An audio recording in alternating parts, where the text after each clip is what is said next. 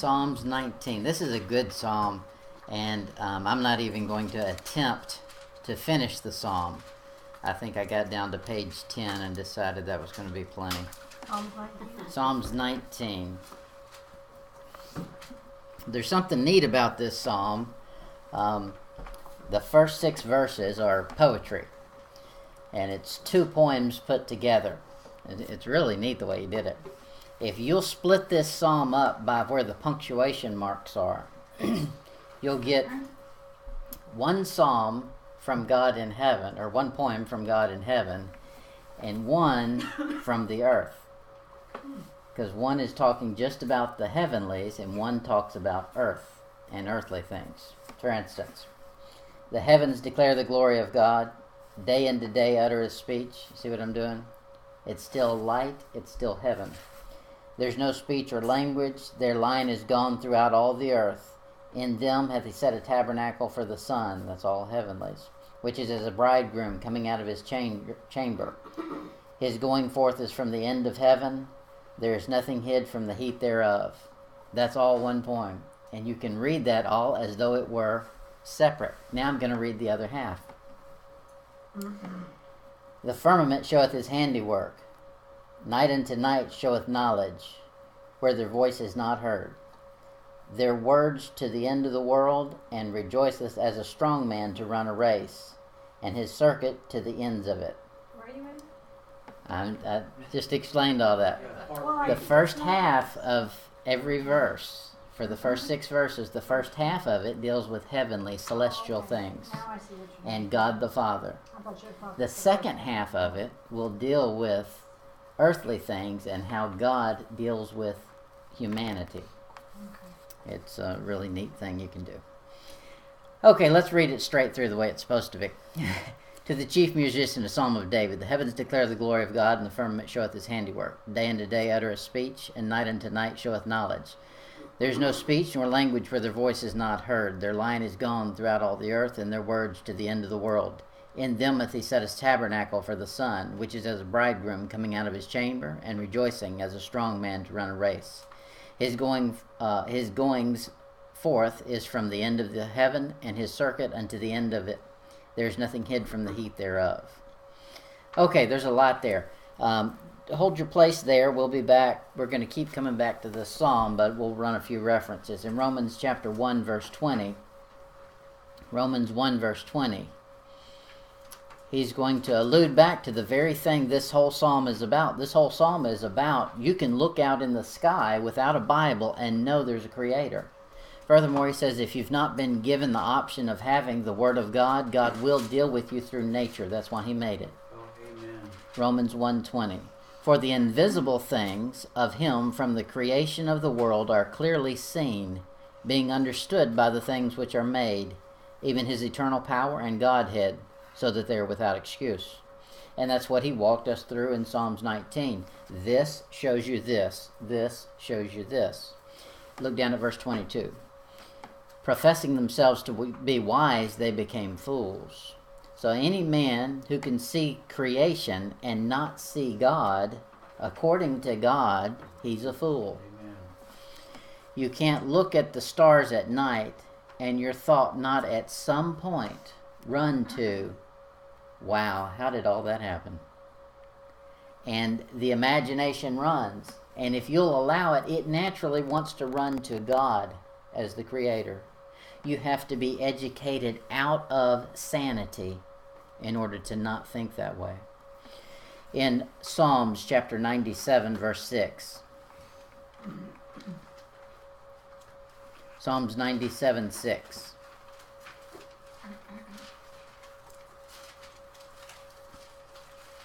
Said the heavens declare his righteousness, and all the people see his glory. There's no excuse. The heavens are declaring something. The only way that you're not hearing it or not understanding it is if you get your fingers in your ears and you choose not to hear it. In Song of Solomon 6, verse 10, it says, Who is she that looketh forth as the morning, fair as the moon, clear as the sun, and terrible as an army with banners? That's all a picture of things we understand from the Bible. Now, we can break all of that down, but he's saying you should be able to understand these things without a Bible. We've gotten dumber and dumber. The farther humanity has come, the worse off we've come mentally. The she in this passage is a Gentile bride for Solomon. Solomon is a picture of Jesus Christ. He sits on the throne of David. The woman, of course, would be the church, us. Fair as the morning. He's going to rise as the Son of Righteousness, S-U-N. Clear as the sun. They're one. Terrible as an army with banners. We'll come back with him as an army. And he says you can see all of those things just in the sky. Malachi 4, verse 1. Malachi 4, verse 1. He says, For behold, the day cometh that shall burn as an oven, and all the proud, yea, all that do wickedly, shall be stubble. And the day that cometh shall burn them up, saith the Lord of hosts, that it shall leave them neither root nor branch. But unto you that fear my name shall the Son, S-U-N, of righteousness arise with healing in his wings, and you shall go forth and grow up as calves of the stall. So he says all of those things are intended to picture something, and that's why I made them. I made them so that I can preach to you, regardless of what your language is, regardless of what somebody else's responsibility that they've shirked has been. So if I'm supposed to preach to some foreign country and I never go, they're not without excuse. God's still preaching to them through nature. Psalms 19, verse 1. He says to the chief musician, Psalm of David, The heavens declare the glory of God, and the firmament showeth his handiwork. Okay, so the heavens, your mind will eventually think this. It has to be made. Because God did it on purpose, so you think a handy work. He said, I've done this so that you'll recognize someone had to put this together. It didn't just happen. Look at verse 4, Psalms 19:4. He says, Their line is gone out through all the earth, and their words to the end of the world. In them hath he set a tabernacle for the sun. He says their line you think of as a sentence, is a line of words. But it also means a dividing line. That's what God likes to do, is stretch a line. He measures things off. If you're going to be on this side, this is what you get. You're going to be on this side, this is what you get. And the same way, if you will recognize God in creation, you've crossed a line. He'll reveal more to you. If you refuse to see God in the creation that he's made, you've crossed a line. He'll reveal less to you. He says it's as a tabernacle for the sun. The sun, he's telling us some things that I wouldn't have naturally put together because I'm stupid, but it's a tabernacle for the sun. We should be able to look at the sun and figure these things out. The sun is 4 days off from center. We understand that. It'd be September the 20th to the 23rd. That those days, the sun should be at the center, and it's not. There's a reason for this. Genesis 1, verse 16.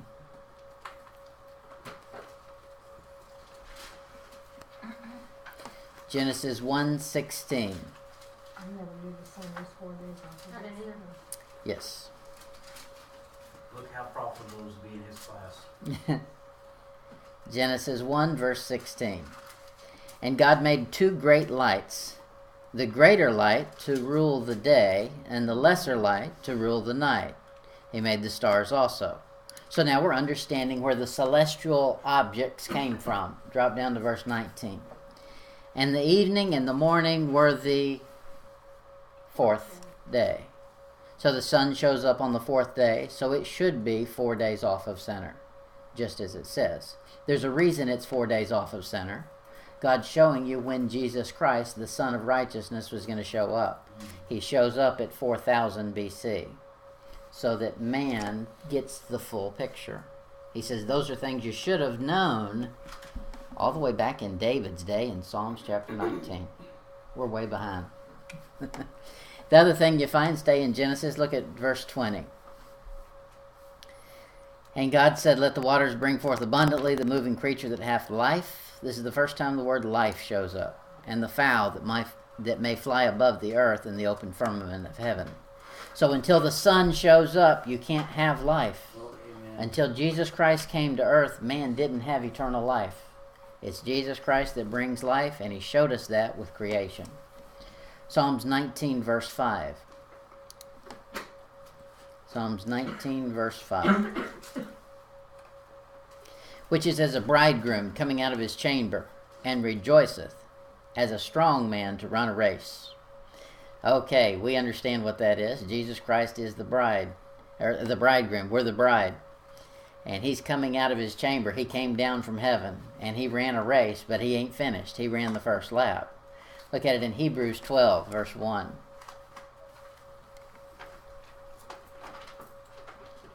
This is a relay.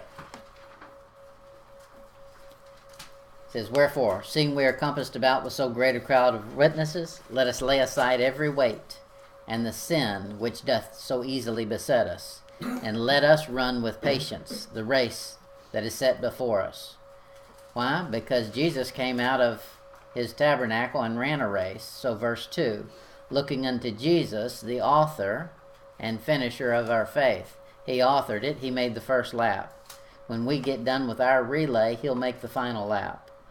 Who, for the joy that was set before him, endured the cross, despising the shame, and is set down at the right hand of the throne of God. Okay, so you'll see later on he's going to talk about it being a circuit. In fact, that's where we are. Psalms 19, verse 6. Psalms 19, verse 6. Whose going forth is from the end of heaven, and his circuit to the ends of it. There's nothing hid from the heat thereof. Okay, so he says, I'm going to run a circuit. Now, I'm going to do something here that is controversial. You don't have to believe me. Unless you want to be smart. No. You don't have to believe this. A lot of people don't. Where the Bible and science don't match, one of them's wrong. And you know it, it's not the Bible. The real problem, though, is this. Do we understand what the Bible's saying? Okay, I'll show you what people say about this passage. People will say this verse is saying, that's telling you the earth is circular, and it spins, and it rotates. That's what they try to say the circuit is. To make the earth a globe, to make it spin on its axis, and to make it rotate around the sun. Now I'll give you my opinion. Genesis 15, verse 12. Interesting opinion. Genesis 15, 12.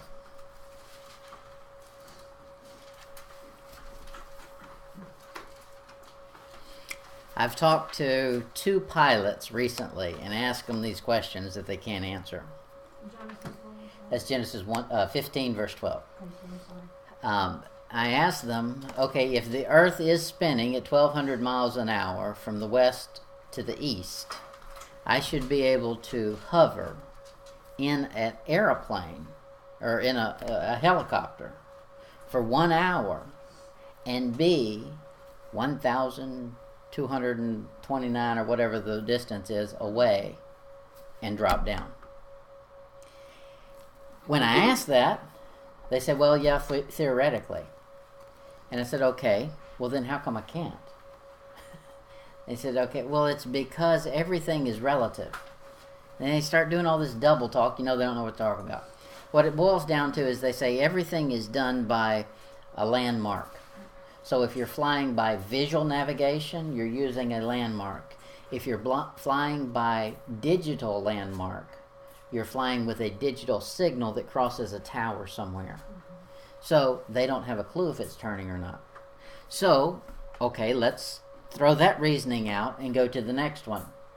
If it is so, then the time doesn't change. Something doesn't change. See, if they're claiming that if the earth is spinning and you're just moving with the points of the map and you can't tell, okay, then we're all moving together. Let's find something that doesn't move. Time stands still. Time does the same thing all the time. So, with that being said, I should be able to take a flight at the same speed and wind up moving, going west much faster than I could going east. Because if the Earth is spinning this direction and I try to fly this way, I'll get there quick.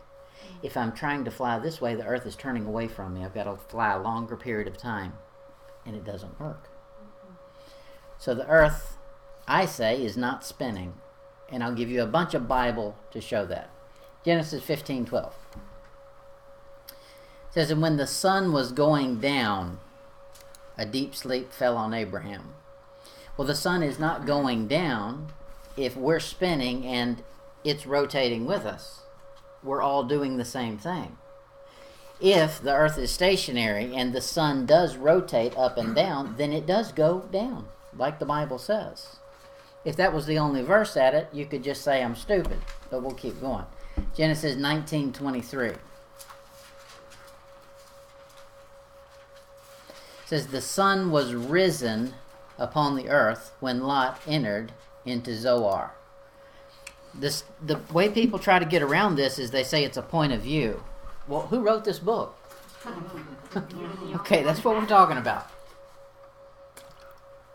This is God's point of view. Exodus 17, verse 12. Exodus 17:12.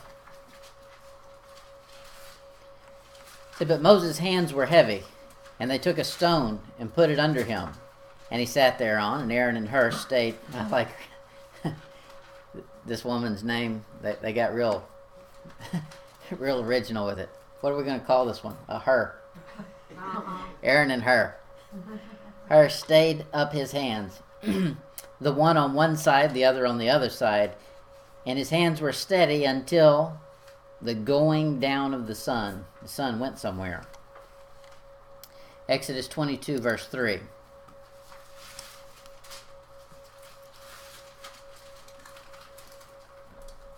Exodus 22, verse 3. "If the sun be risen upon him, there shall be bloodshed for him. For he should make full restitution. If he have nothing, then he shall be sold for his theft." Okay, the sun can be risen. Okay, if the sun is risen, then it rises. You find that in our paper every day. Sun rise, sun set. They're telling you it's moving. People want to make it figurative. They want to make the whole Bible figurative, as a matter of fact. So it'd be when the earth came up, or when the earth went down. Right. Yeah. It's. I mean, from God's perspective, it would be okay when the earth went down. Yeah. They don't think the earth goes up or down. They think it rotates. That gives us a night and day, because the earth is spinning. The change in season is from the rotation around the sun, how close you are to the sun, because supposedly it's not a perfect circle, it's an elliptical. Lots of problems with it. So God made the universe like he wrote the Bible to confuse educated people. Well, no, he wrote it very simple. We understand from just reading the words. We do. They want to confuse it. So you see how subtle this is. We'll say, "You understand that the earth is rotating." Well, no, I don't. Nobody's been to outer space to prove it. Well, that's another story. I don't want to get into that. But the problem becomes, they say, okay, it's figurative. Well, then let's see what else I can make figurative. All have sinned. Well, that's just figurative. He doesn't really mean all. He just means the vast majority.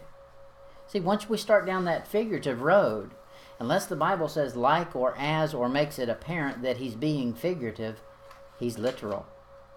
So more often than not, man makes a mistake by making the Bible figurative than he does doing it the other way.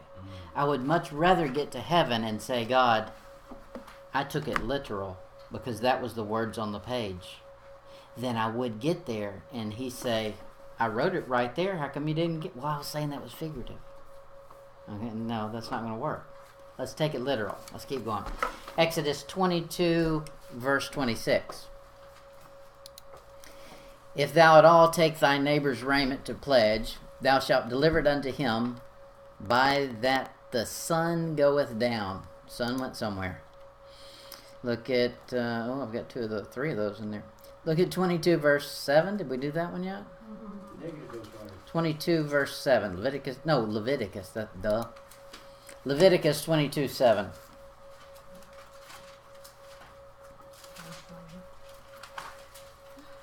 Leviticus 22, 7.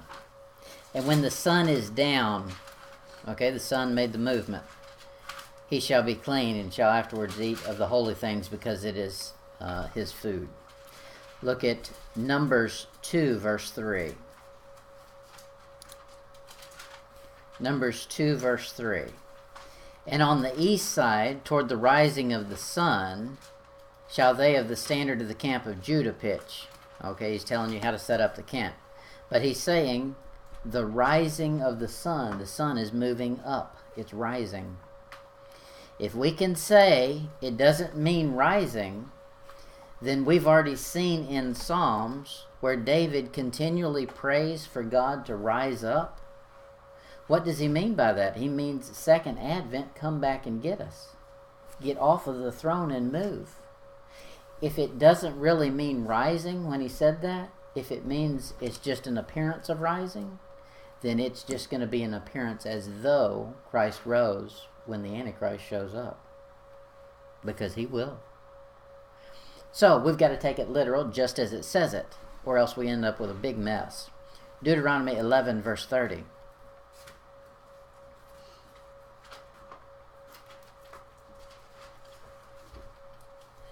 Deuteronomy 11:30.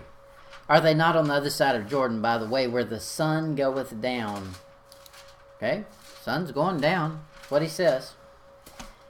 Now I'm taking you through a bunch of passages to stress the point that I've not just pulled this out of nowhere. I pulled this from the Bible. Joshua 8, verse 29.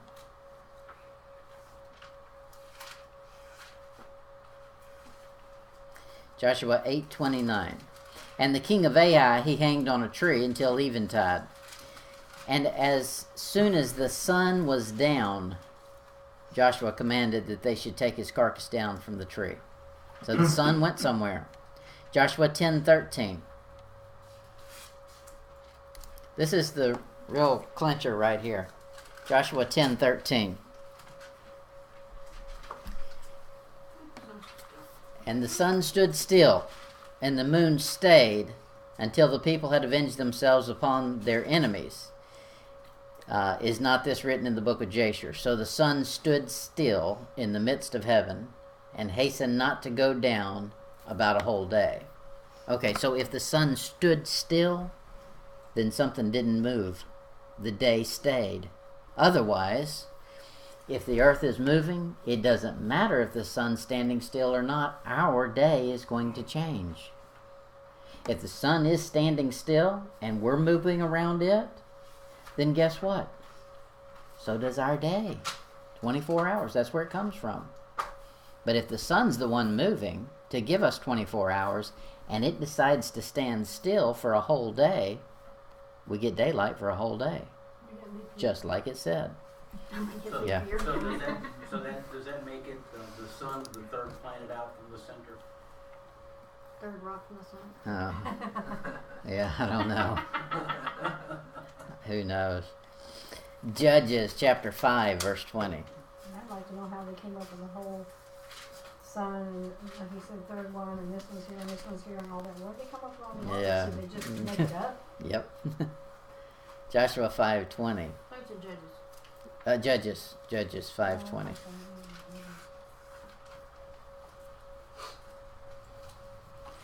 They fought from heaven. The stars in their courses fought against Sisera. As though the stars have a course they run. So, it's the heavens spinning, not the earth. Judges 5, verse 31. He doesn't usually do that. Yeah, I know. Judges 5:31. Which is supposed to be the other way around. This is the men's class. So let all thine enemies perish, O Lord, but let them that love him be as the sun when it goeth forth in his might. The sun moves. Well, so does Jesus Christ, and he's coming back one day. And the land had rest 40 years. He said that moon and the stars and the greater light and the lesser light are there for signs to show us something. In chapter 19 of Psalms, he says they're declaring something. He said the things they're declaring is God. They're declaring God's vengeance, and they're declaring the bride. They're declaring somebody's rescue. These are all things that are being declared by the heavens. In 2 Samuel 2, verse 24. Is it hot in here? Yes. 2 Samuel, what's that on 74? Maybe we need the AC on. 2 Samuel 2:24.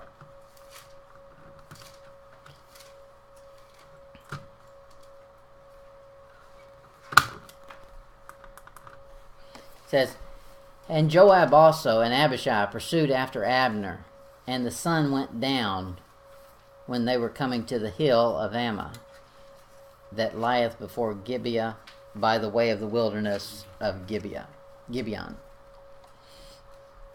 He's saying there the sun went down. It went somewhere. The sun moved. 2 Chronicles 18:34.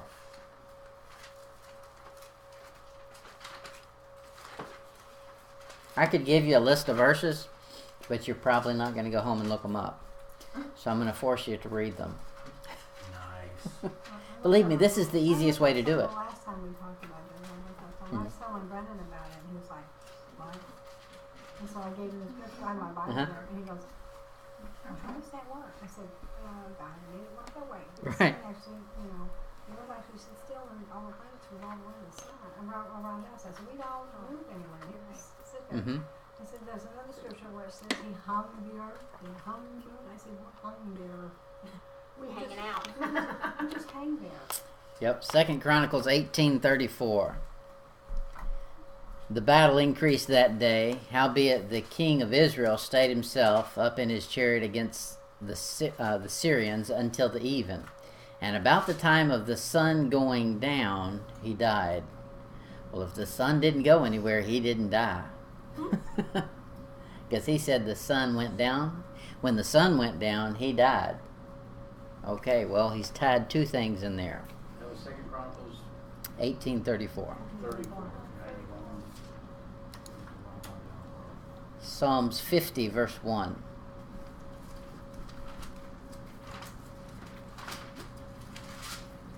Now in Revelation, doesn't it mention that there won't be any more darkness?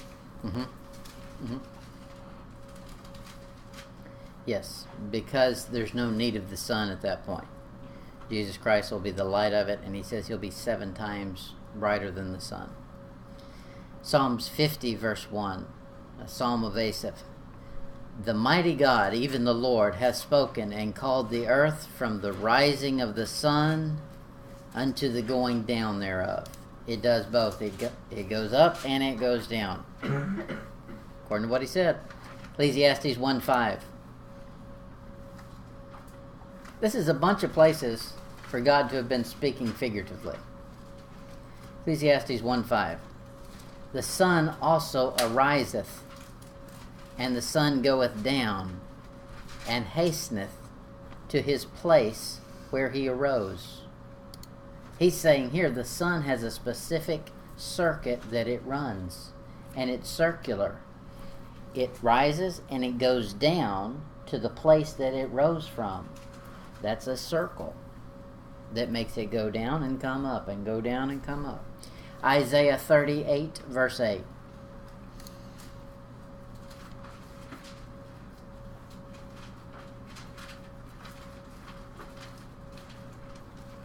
Isaiah 38:8.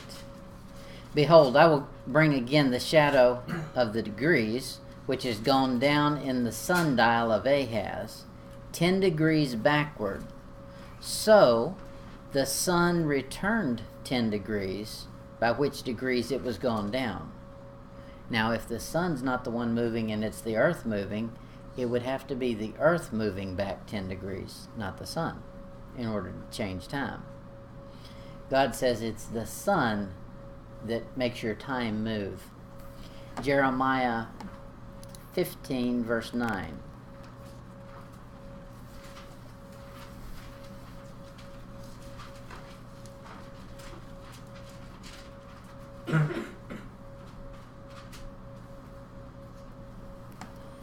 Jeremiah 15:9.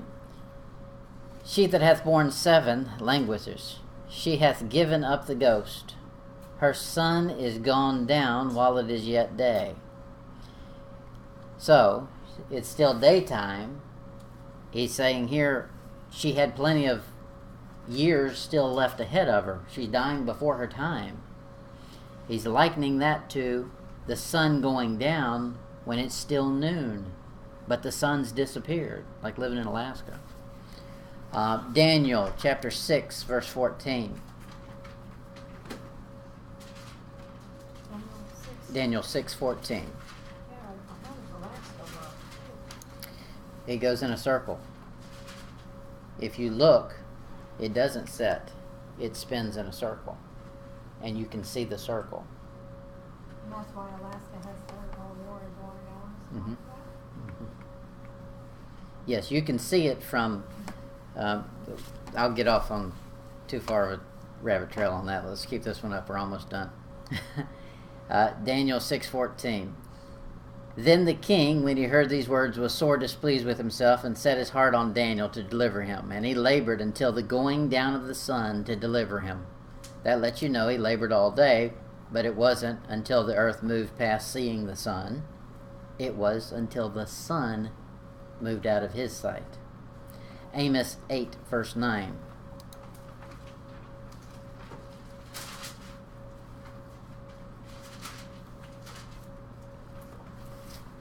Amos 8, verse 9.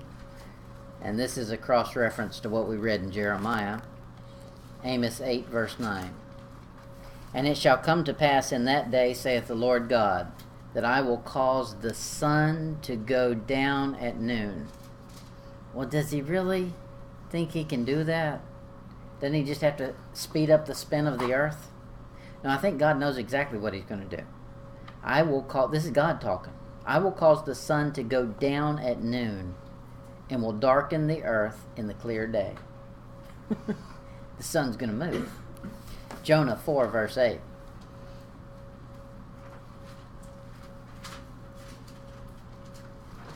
And it came to pass, when the sun did arise, that God prepared a vehement east wind. I think God knows what he did. Micah chapter 3, verse 6.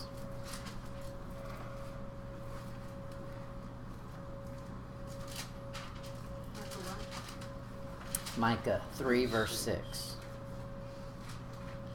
Therefore night shall be unto you, that he shall not have a vision, and it shall be dark unto you, that ye shall not divine. And the sun shall go down over the prophets, and the day shall be dark over them. Same thing that's what he's going to do in the tribulation, is he's going to darken the moon. The way he's going to do it is he's going to kick the moon. He'll make it go faster than it should. He's going to kick it out of the way. Nehemiah 3, verse 17. No, Nahum 3, 17.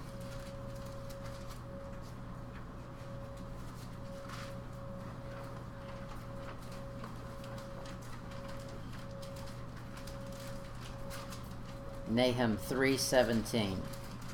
Thy crowned are as the locusts, and thy captains as the great grasshoppers, which camp in the hedges in the cold day. But when the sun ariseth, they flee away, and their space is not known whether they are. The sun does something, it ariseth. Habakkuk 3, verse 11. Nahum 3, verse 7. Habakkuk. Habakkuk 3:11. Nahum was 3:17. Habakkuk 3:11. The sun and the moon stood still in their habitation, So now you learn something. The sun and the moon both have a circuit they run. Sometimes God says, halt, stand still. And they stand still. At the light of thine arrows they went, and at the shining of thy glittering spear. Malachi 1 verse 11. We've already read that one. It's talking about till the Son of Man. No, we haven't read that one. Malachi 1:11.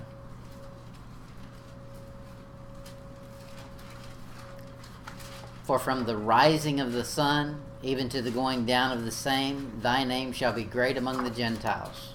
Well, if the sun doesn't really rise, then his name can't be great among the Gentiles, because that's what he's made it an analogy of. So if we can say it's figurative, so is it figurative that his name's going to be great among the Gentiles? It's just going to be one of the good ones? Or just going to be how you look at it? No. He means exactly what he says. In every place incense shall be offered unto thy name, and a pure offering, for thy name shall be great among the heathen, saith the Lord of hosts. This is not just a nobody talking about this. This is God himself speaking. That's right. Matthew 5:45.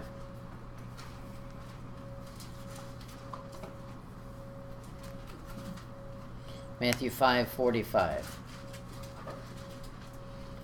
That you may be the children of your Father which is in heaven. For he, this is Jesus talking about God. I think he knows him. For he maketh his sun to rise on the evil and on the good, and sendeth rain on the just and on the unjust. Jesus Christ says the sun rises. Mark 1:32. And at even, okay, so we know what even is when it's starting to get dark. When the sun did set, Mark 1:32. They brought unto him all that were diseased, so forth and so on. Luke 1:78.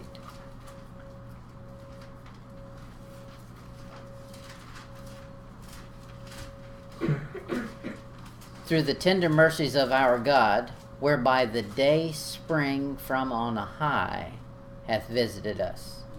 If you spring from somewhere, you've jumped up from something. He said that's what the day does. It springs up. It's moving. Luke 4:40.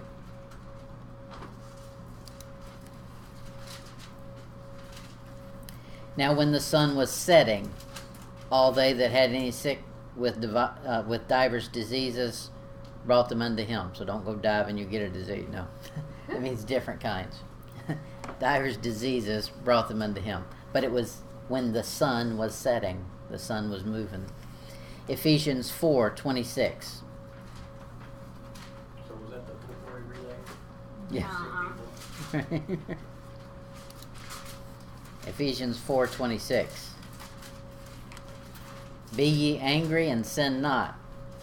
Let not the sun go down upon your wrath.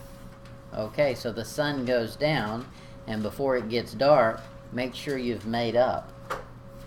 James 1:11.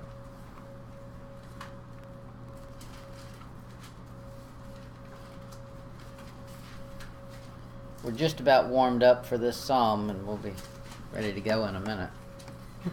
Psalms 11:1. This was just a little rabbit trail. For the sun is no sooner risen with a burning heat, but it withereth the grass, and the flower thereof falleth, and the grace of the fashion of it perisheth.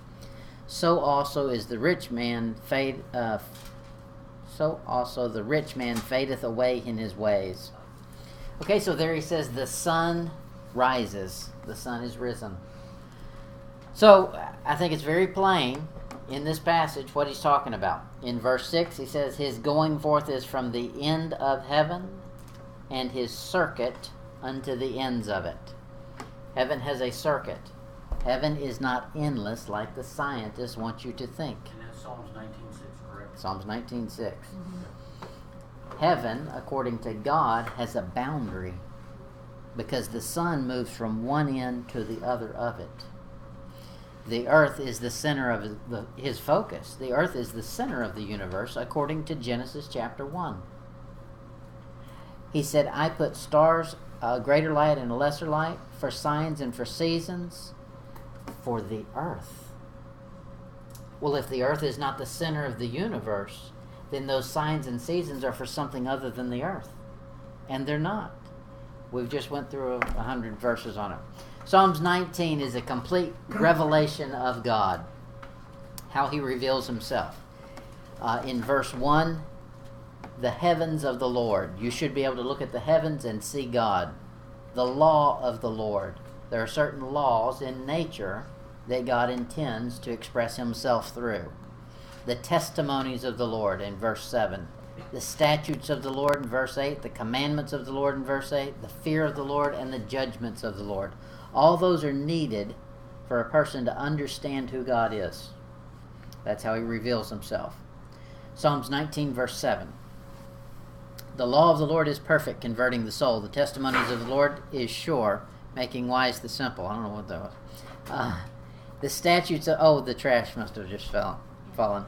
The statutes of the Lord are right, rejoicing the heart. The commandments of the Lord are pure, enlightening the eye. The fear of the Lord is clean, enduring forever. The judgments of the Lord are true and righteous altogether.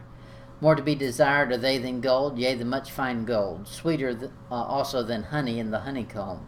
Moreover, by them is thy servant warned, and in keeping of them there is great reward. God's excited to give man his word. God's more excited to give it to us than we are to get it. This is thrilling to him. He wants to stress the superiority of the Bible, of God's word, to man. So he does it with 7 words. Here's the words: perfect, sure, right, pure, clean, true, and righteous. 7 sevens. There's 7 things God's word is not. It's not hard to understand. People want to act like it's hard to understand. I've got to get me something that is anything but the Bible so I can understand the Bible. Well, no, get the Bible and start trying to understand the Bible to understand the Bible. Proverbs 8 verse 8 says, all the words of my mouth are in righteousness. There is nothing froward or perverse in them. They are all plain to him that hath understanding, and right to him that findeth knowledge. Receive my instruction, and not silver, and knowledge rather than choice gold. They're not hard to understand. They're not corrupt. In 2 Corinthians 2:17, he says, for we are not as many which corrupt the word of God. So if you've got the word of God, you've got something that is not corrupted. But Paul early on has said there's people out there corrupting the Bible. So you may have one that's corrupted, you need to know. But of sincerity, but as of God, in the sight of God speak we in Christ. The other thing it's not is it's not man's wisdom. It's not. In 1 Corinthians 1:20 he says, where is the wise? Where's the scribe? Where's the disputer of this world? Hath not God made foolish the wisdom of this world? God loves to make foolish what man, without him, tries to figure out. Just look at science. There are not to be twisted, God's words are not to be twisted in order to fit man's motives. It doesn't work that way. You can't, you know the little games you have as a kid, the star shapes and the round, the half moon shape, and they only fit in the right spot. I played that till I was like in the 12th grade. No. That's what God's word is. It only fits one way. And you can't twist it in order to fit it in to say you're done with the game. God has a specific thing that his word means, and you can't move it to your own motivation. That's right. In 2 Peter 1 verse 20, it says, knowing this first, that no prophecy of the scripture is of any private interpretation. So the only way to find out what God says is let God say what God says. There's no private interpretation of that. Everybody who wants to refuse the Bible, or not everybody, but a lot of people who want to refuse the Bible will say that's your interpretation of it. Well, it's simple. He that hath the Son hath life. He that hath not the Son of God hath not life, but the wrath of God abides on him. What needs to be interpreted? It's plain. It means what it says. The Word of God is not relative truth. It is truth.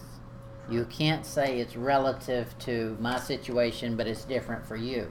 No, it's truth, period.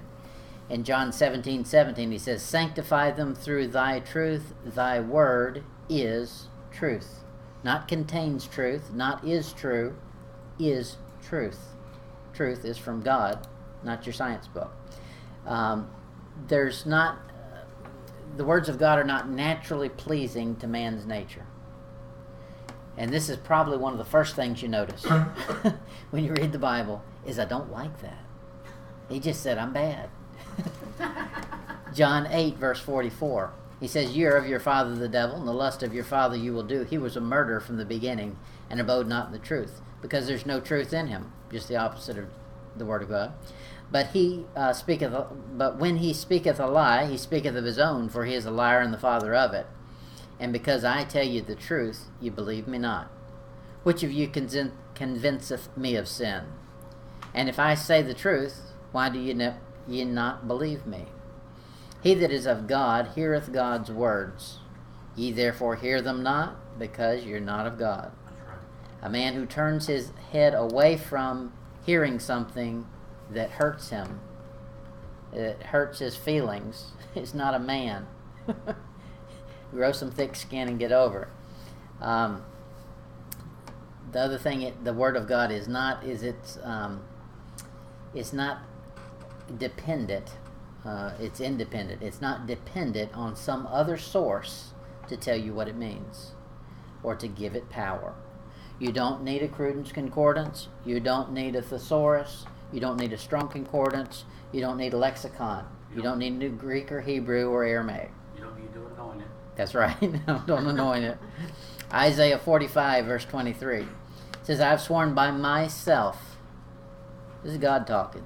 "The word is gone out of my mouth in righteousness, and shall not return. That unto me every knee shall bow, and every tongue shall swear." Okay, that's some powerful words. Doesn't need any help. Those are some things it's not. Psalms 19, verse 7. Psalms 19, verse 7. It says, "The law of the Lord is perfect, converting the soul. The testimony of the Lord is sure, making wise the simple." The law of the Lord is needed to convert a man. According to this passage, you need the law of the Lord to be converted, because it shows a man he can't make up his own rules. There are rules to this game. You need a law. You need to know what the law is so you don't break the rules. And you have to understand God's made the rules and you have to obey them. Okay, that will be necessary for your conversion. In Romans 7, verse 7, he says, "What shall we say then? Is the law sin? God forbid. Nay, I had not known sin, but by the law. For I had not known lust, except the law had said, Thou shalt not covet." So there's a good benefit to the law. The law says, this is right, this is wrong. So now you know when you've done wrong, oh, that's right, the law told me I can't do that. It will help you convert if you want to be converted. Otherwise, it will make a big distinction. Who are the convicts? Who are the criminals versus who are the people who want to live within the law? But if there is no law, how do you make that distinction? Psalms 19, verse 7. It says, "The testimony of the Lord is sure, making wise the simple." The testimony of the Lord is something specific. It's prophecy. It's God testifying. The testimony of the Lord. When God testifies, he tells the future in advance. That's prophecy. It's something only God can do. It's something a man can try to fake. According to the Bible, if somebody tells you they're a prophet and they can tell the future and it doesn't come to pass, according to the Old Testament, you're to kill them because they're not a prophet. I'm not saying we need to go kill people, but I'm saying if somebody's going to claim they're a prophet, let's put them to the test. Okay, give me, what were your fulfilled prophecies? Have any of your prophecies not been fulfilled? If not, you're a false prophet. I can't have anything to do with you. It'd be a real lucrative business Yeah. Yeah. In Psalms 50, verse 7. Psalms 50, verse 7. Hear, O my people, and I will speak. O Israel, and I will testify against thee. I am God, even thy God. Problem with the testimony of God is that most of the time it speaks against. It's saying the future is not good. Now, we can take a benefit from that if we'll get, for instance, if the news forecast, not that that's a good place to get any information, but if the Weather Channel says it's going to be minus 20 degrees today, I'm probably not going to plan on wearing my shorts and flip-flops. Okay? Well, I didn't change the future. I just prepared for it. So when you know God's testimony, if he says the future is bleak, you can prepare for it. In Psalms 50, verse 16, but unto the wicked God saith, what hast thou to do to declare my statutes, or that thou shouldest take my counsel in thy mouth? The wicked are just going to keep going, and they're not going to know anything. Verse 23, whoso offereth praise glorifieth me, and to him that ordereth his conversation aright will I show the salvation of God. So, if you've got the testimony of God, and you know what the end is, you know the judgment is set, if you can keep that in mind, adhere to the things he's already told you, then you'll be ready when he shows up. In Mark 13, verse 2, and Jesus answered and said unto him, seest thou these great buildings? There shall not one of them be one stone upon another that shall not be thrown down. That's Jesus Christ. That's his testimony. He's telling the future in advance. Revelation 19:10. And I fell at his feet to worship him. And he said unto me, see that thou do it not. I am a fellow servant, and of thy brethren that have the testimony of Jesus. That's exactly what he's talking about in Psalms 19. Worship God, for the testimony of Jesus is the spirit of prophecy. Very simple definition. Psalms 19:11. And I saw heaven open, and behold a white horse, and him that sat on him was called Faithful and True, and in righteousness does he judge and make war. Okay, that's the end times. You meant Revelation. Revelation 19:11. I wrote Psalms. My bad. It's all good. It's all me. Learn it all. Yeah. When you have the testimony of the Lord, you know God's prophecy for the future events. We're almost done. I know this is overload for y'all, but sorry. In 1 Kings 17:15. I know. 1 Kings 17:15.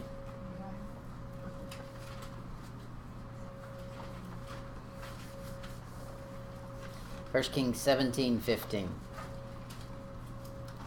And she went and did according to the saying of Elijah. Who do you think's going to be in the tribulation? Moses and Elijah. So we're going to find something about them. She went and did according to the saying of Elijah, and she and her house did eat many days. Okay, so he knew something to warn her and prepare her for the future. Exactly what he's going to be doing in the tribulation, preparing people to survive. Those are the ones who want to endure to the end. Proverbs 14, verse 16 says, a wise man feareth and departeth from evil, but the fool rageth and is confident. He's confident in nothing. Yeah, Proverbs 14:16. He says, a wise man feareth and departeth from evil. Okay, the fool doesn't know evil is there. He's got to stumble into it. A wise man has gotten the prophecy, around the corner is evil, so he doesn't go around that corner. Proverbs 22, verse 3. A prudent man foreseeth the evil and hideth himself, but the simple pass on and are punished. The spirit of prophecy will tell you there's evil if you do this, don't walk this way, adhere to this rule, because if you don't, evil comes. That's the testimony of the Lord. All right, we better stop it there, and we'll pick up there at, what is that, verse 8. We'll pick up verse 8 next time. Genesis. No, that's Psalms 19, verse 8. Oh, we're going to.